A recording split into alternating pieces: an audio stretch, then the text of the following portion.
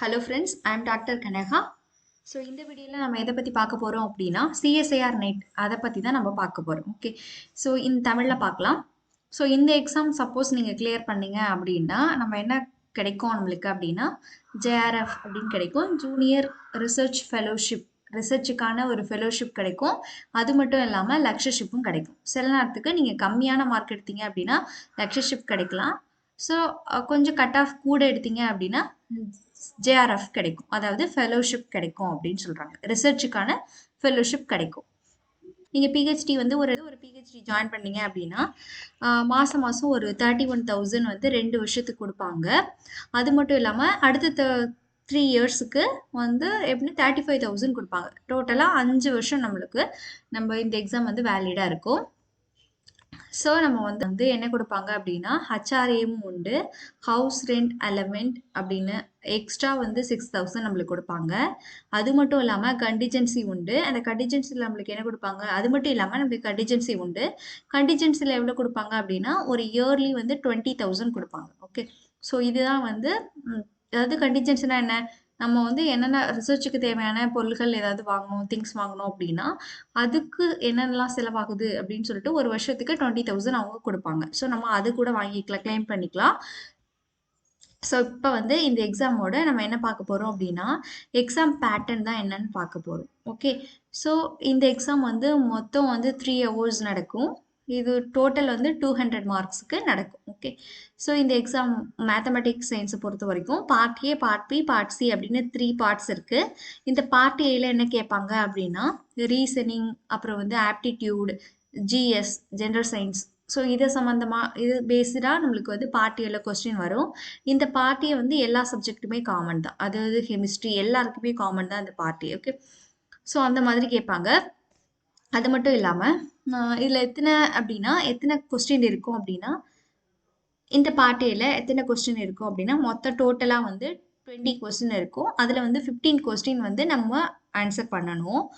ஒரு கொஸ்டினுக்கு வந்து 2 மார்க்கு, டோட்டலாக வந்து நம்ம 30 மார்க்கு இந்த இதில் எடுக்கலாம். அது மட்டும் இல்லாமல் இந்த பார்ட்டியில் வந்து நெகட்டிவ் மார்க் உண்டு. 0.1 கொஸ்டின் ராங் ஆனிச்சு, நம்ம ஆன்சர் தப்பாக பண்ணிட்டோம் அப்படின்னா நம்ம எடுத்த மார்க்லேருந்து 0.5 மார்க் வந்து கம்மி பண்ணிடுவாங்க, ரெடியூஸ் பண்ணிடுவாங்க. ஸோ நெகட்டிவ் மார்க் இந்த இதுக்கு உண்டு.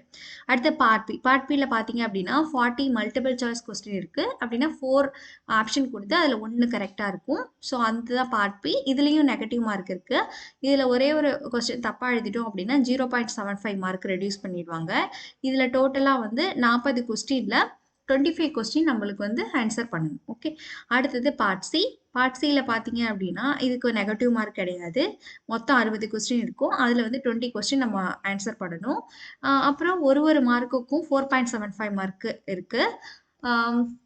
இப்போ இதில் வந்து சில நேரத்துக்கு ஒரு ஆப்ஷன் மட்டும் கிடைக்கும். ஒரு கொஸ்டின் எடுத்துக்கிட்டோம் அப்படின்னா இதில் வந்து என்ன டிஃபிகல்ட்டி அப்படின்னா ஒரு ஆப்ஷன் ரைட்டாக இருக்கலாம், 2 ஆப்ஷன் ரைட்டாக இருக்கலாம், 3 ஆப்ஷன் கூட ரைட்டாக இருக்கலாம், 4 ஆப்ஷன் கூட ரைட்டாக இருக்கலாம். ஓகே, ஸோ நம்ம எந்தெந்த ஆப்ஷன்லாம் கரெக்டோ அதெல்லாம் கரெக்டாக நம்ம மார்க் பண்ணால் மட்டும்தான் மார்க் கொடுப்பாங்க. அது இல்லைன்னா மார்க் கொடுக்க மாட்டாங்க. சரியா? அடுத்தது இப்போ நம்ம இதுக்கான நெகட்டிவ் மார்க் கிடையாது. இப்போ நம்ம வந்து சிலபஸ் பார்க்கலாம். இந்த சிலபஸில் ஃபஸ்ட்டு என்ன அப்படின்னா இதில் வந்து 4 யூனிட் இருக்குது. இந்த ஃபர்ஸ்ட் யூனிட்டில் வந்து நம்ம வந்து எதெல்லாம் முக்கியமாக படிக்கணும் அப்படின்னு சொல்லிட்டு நான் வந்து உங்களுக்கு டிஸ்கஸ் பண்ணுறேன். ஓகே, ஸோ இதில் வந்து 4 யூனிட் நம்ம பார்க்கலாம். இது வந்து எதுக்கான சிலபஸ் அப்படின்னா பார்ட் பிக்கும் பார்ட் சிக்கும். பார்ட் பியும் பார்ட் சியும் எதுலேருந்து வரும் அப்படின்னா நம்மளோட மெயின் சப்ஜெக்ட்லேருந்து வரும். சரியா? நம்ம மேத்தமெட்டிக்ஸ்லேருந்து வரும். ஸோ இப்போ இது யூனிட் 1 அதில் பார்த்தீங்க அப்படின்னா ஃபர்ஸ்ட் வந்து ரியல் அனாலிசிஸ் இருக்கும், செகண்ட் வந்து லீனியர் அல்ஜிப்ரா இருக்கும். இப்போ ரியல் அனாலிசிஸ் இதில் எது ஃபர்ஸ்ட் இம்பார்ட்டன்ட் கொடுத்து படிக்கணும் அப்படின்னா நம்ம லீனியர் அல்ஜிப்ரா தான். ஓகே, ஸோ இப்போ இதில் வந்து லீனியர் அல்ஜிப்ரா நீங்கள் படிச்சிங்க அப்படின்னா ரொம்பவே யூஸ்ஃபுல்லாக இருக்கும். ரொம்பவே வந்து நிறையவே நம்ம மார்க் வந்து கெயின் பண்ண முடியும். ஓகே, ஃபர்ஸ்ட்டு ப்ரிஃபரன்ஸ் வந்து இதில் வந்து லீனியர் அல்ஜிப்ரா கொடுங்க. அடுத்தது வந்து செகண்ட் யூனிட்டில் பார்த்தீங்க அப்படின்னா காம்ப்ளெக்ஸ் அனாலிசிஸ் அண்ட் அல்ஜிப்ரா இருக்குது. ஸோ இதில் என்ன ரெண்டுக்குமே நம்ம இம்பார்ட்டன்ட் கொடுக்கணும். ஓகே, காம்ப்ளெக்ஸ் அனாலிசிஸ் நம்ம ஈஸியாக நிறைய மார்க் எடுக்க முடியும். அதே மாதிரி அல்ஜிப்ராவில் வந்து கொஞ்சம் ப்ராட் ஏரியா தான், பட் நிறைய மார்க் நம்மளால் அல்ஜிப்ராவில் ஸ்கோர் பண்ண முடியும். ஓகே, இது ரெண்டுமே நீங்கள் படிச்சுக்கணும். அப்புறம் டோபாலஜி இருக்குது. டோபாலஜி வந்து அதில் கொஞ்சம் படிச்சுட்டா போதும். அது லாஸ்ட் ஆப்ஷனாக வச்சுக்கோங்க. ஓகே. அடுத்தது தேர்ட் யூனிட். தேர்ட் யூனிட்ல பார்த்தீங்க அப்படின்னா ஓடிஇ, பிடிஇ, நியூமெரிக்கல் அனாலிசிஸ், அப்புறம் வந்து calculus of variation, linear integral equation, classical mechanics இவ்வளோ இது இருக்கு. இது வந்து கொஞ்சம் அப்ளைடு மேத்தமெட்டிக்ஸ். அவங்க அந்த அப்ளைடில் நீங்கள் ஸ்ட்ராங்காக இருந்தீங்க அப்படின்னா இந்த யூனிட் நீங்கள் படிங்க. சில இதில் வந்து ரொம்ப ஈஸியாக எதுலெல்லாம் மார்க் எடுக்கலாம் அப்படின்னா ஓடியில் நல்ல மார்க் எடுக்கலாம். பிடியில் பார்த்தீங்க அப்படின்னா நிறைய மார்க் நம்மளால எடுக்கிறதுக்கு வந்து நிறைய எழுதுகிற மாதிரி இருக்கும். ஸோ அதனால நம்மளுக்கு டைம் வேஸ்ட் ஆகும். பட் செலக்டடான கொஞ்சம் டாபிக்ஸ்ல மூலமாக நம்மளால நிறைய மார்க் எடுக்க முடியும். என்னென்ன அப்படின்னா தி classification of second order PDE, அப்புறம் general solution of higher order PDE with constant coefficient, method of separation of variable for Laplace heat and wave equation. So இந்த டாப்பிக்கில் வந்து நம்ம ஈஸியாக மார்க் எடுக்க முடியும், டைமும் சேவ் பண்ண முடியும். அடுத்தது நியூமெரிக்கல் அனாலிசிஸ். இது கொஞ்சம் லாஸ்ட்டாக வச்சுக்கலாம். ஏன்னா இதில் கொடுக்குற கொஸ்டின் வந்து நம்மளால நிறைய அட்டன் பண்ண முடியாத மாதிரி தான் இருக்கும். அடுத்தது கால்குலஸ் ஆஃப் வேரியேஷன். இதில் நிறையாவே ஸ்கோர் பண்ணலாம். இது ஃபுல்லாமே படிச்சுக்கணும். அடுத்தது வந்து லீனியர் இன்டெக்ரல் ஈக்குவேஷன். இது வந்து ரொம்ப ரொம்ப ஈஸியான சப்ஜெக்ட். கட்டாயம் ஒரு கொஸ்டின் வந்து இதில் லீனியர் இன்டெக்ரல் ஈக்குவேஷன்லேருந்து கேட்டுருவாங்க. ஓகே. இது ரொம்ப இம்பார்ட்டன்ட். ரொம்ப ஈஸியான நம்ம மார்க் எடுக்க முடியும். அடுத்தது கிளாசிக்கல் மெக்கானிக்ஸ். இதை நம்ம விட்டால் கூட ஒன்றும் பிரச்சனை இல்லை.